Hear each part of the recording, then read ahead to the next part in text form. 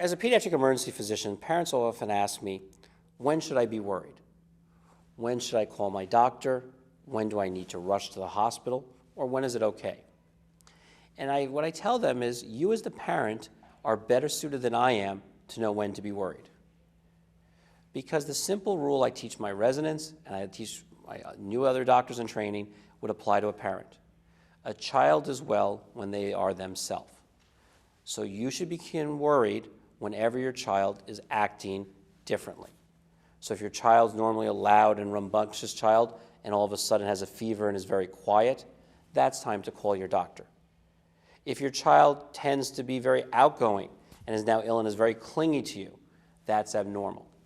If your child falls and immediately cries and screams and then calms down, well, what would a child do when they fall? It's going to hurt, they're going to cry, and then calm down. But if the child falls and hits themselves and is silent and not reacting to you, then those are things to be worried. So the classic rule for parents is when I should be worried is if you look at that child and say, that's not my child at this time, that's when you get worried.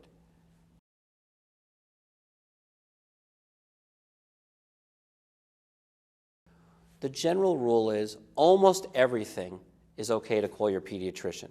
And there are a few things that require an emergent intervention. The things that require an emergent intervention are bleeding that can't be controlled. Your child is lost consciousness and can't be aroused. They're having trouble breathing where they can't catch their breath and their skin color changes with it. So if you look at the things, whether it's breathing, they're breathing hard and can't control it, color changes, they have bleeding that can't stop, they're not acting like themselves, they've passed out and they're unarousable, those are life-threatening emergencies. That's when you call 911. Basic first aid training from organizations like the American Red Cross can teach you what is life-threatening and what is not life-threatening and when you should seek care. In addition, resources such as the Red Cross website also has information for parents on common emergencies.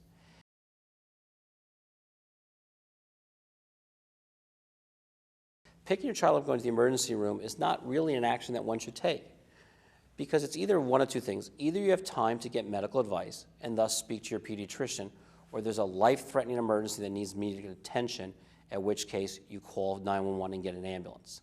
The reason why running to the emergency room isn't such a good answer is in the time it takes you to get to the emergency room, your child's condition may change. And while you care about your child, you may not have the full training that an EMS provider would be to intervene in those changes. So you should always think about this. Do I have time to call my pediatrician and get advice of what's the best thing to do? Or do I need to emergently get to the hospital, and that's call 911?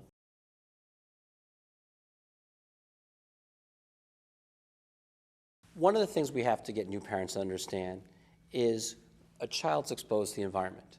No matter what you do, your child will probably have an ear infection, might get a viral illness. These are the things about being a child and growing up. They're normal. They're not a problem in the parent. They're not a failure. Clearly, we want to reduce the risk, and we reduce the risk by immunizations, by having them see a pediatrician on a regular basis, washing our hands in the home. But we also have to know what to do when they have these common illnesses. And so when you have a new child, it's important to see the pediatrician before the child's delivered. That pre-delivery visit with your pediatrician. Part of it is you picking out a pediatrician that is good for you, but it's also an opportunity for you to ask questions to know what to do when that child comes home.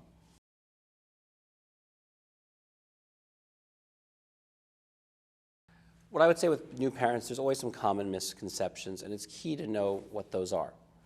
The biggest one probably is around fever. Newborns in general should not have a fever. So in that first couple months of life, every fever requires medical attention. So that's one side. But people often forget the other side, which is fever by itself is not life-threatening. And in children, the degree of fever is not life-threatening. So a child with a 101 versus a child with 104, the one at 104 may be a higher number, but it doesn't mean any more life-threatening or problematic. So number one, fevers occur in children. It's okay to treat them. The height doesn't matter. And you should speak to your pediatrician about it.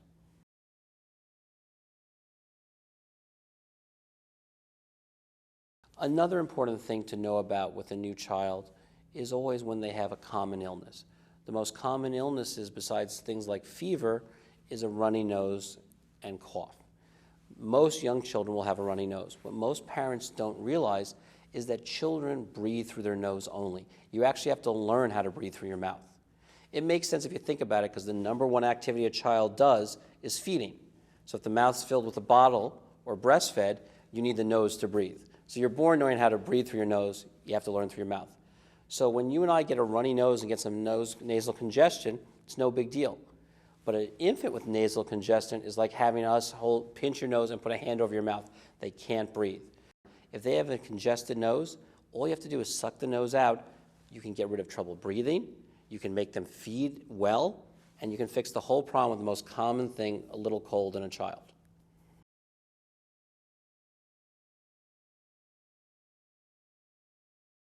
There's a general message that people have to remember. The thing that you must have to be okay is you must have liquid, so you must be hydrated. But other than hydration, eating, you can go a couple days with less. No normal, healthy child, even with illness, will starve themselves to detriment. The key thing is, as long as they're drinking, and they're drinking enough to keep wetting their diapers or going to the bathroom the same amount, a child's fine. Don't worry about anything else they eat. It's the first sign actually they're getting better. The first time you start seeing them eating a full meal again, they're better. So when they're sick, focus on how much liquid they're getting. Let the food alone. It'll get better when they're better. We always get this question, feed a cold, starve a fever. The answer is neither one is really supported by any evidence or truth. Treat the fever in the child.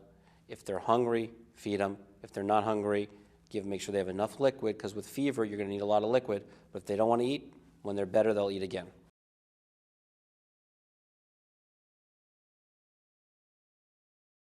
The American Red Cross has resources you can use.